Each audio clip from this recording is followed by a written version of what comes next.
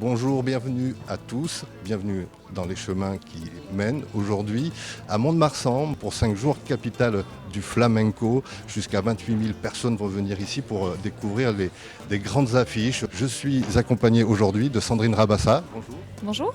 Vous êtes la directrice artistique de ce festival. Première question, ce festival n'est pas né à Mont-de-Marsan par hasard. Le flamenco avait logiquement ses raisons de s'installer ici. D'être ici, d'abord oui, par rapport aux immigrés espagnols, notamment assez présents dans la région, et Madame Emanueli, donc, qui était à l'origine dans la création du flamenco, qui est d'origine espagnole aussi et grande passionnée du flamenco.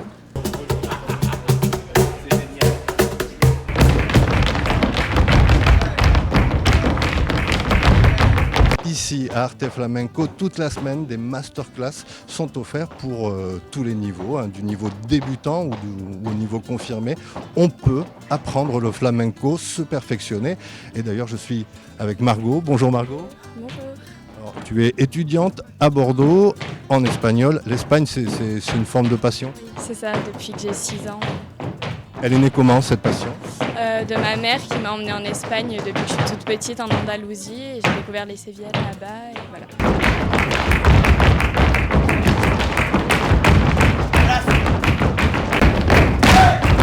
Et c'est à Bordeaux que le virus du flamenco t'a vraiment piqué un jour. Explique-nous. À 14 ans, je suis arrivée dans la formation de Maria del Mar Moreno et j'en suis jamais partie. Voilà. Qu'est-ce qui t'a attiré dans le flamenco ? Qu'est-ce qui t'attire encore dans le flamenco ? De base, j'étais danseuse classique et contemporaine. Et en fait, dans le flamenco, j'ai retrouvé vraiment le moyen de m'exprimer complètement et d'exprimer les vrais sentiments que je ressentais. Y 3, y 4, nos vamos. 1, a, y con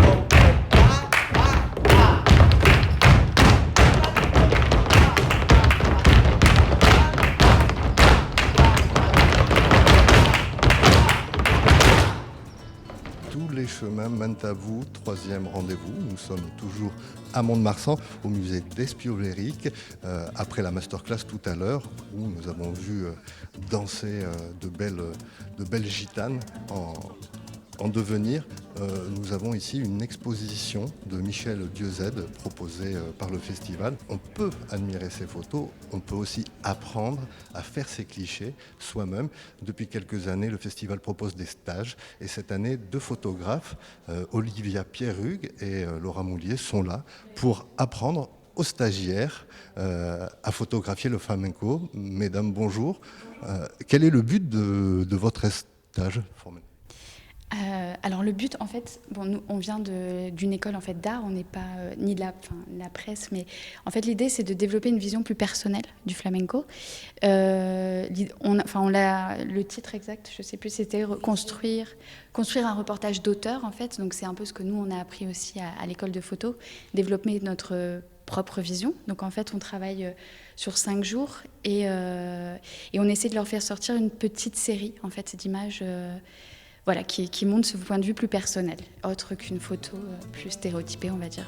Nous, on se quitte sur ces images de cette très belle exposition. Je vous souhaite une très très bonne journée, un bel été et à bientôt.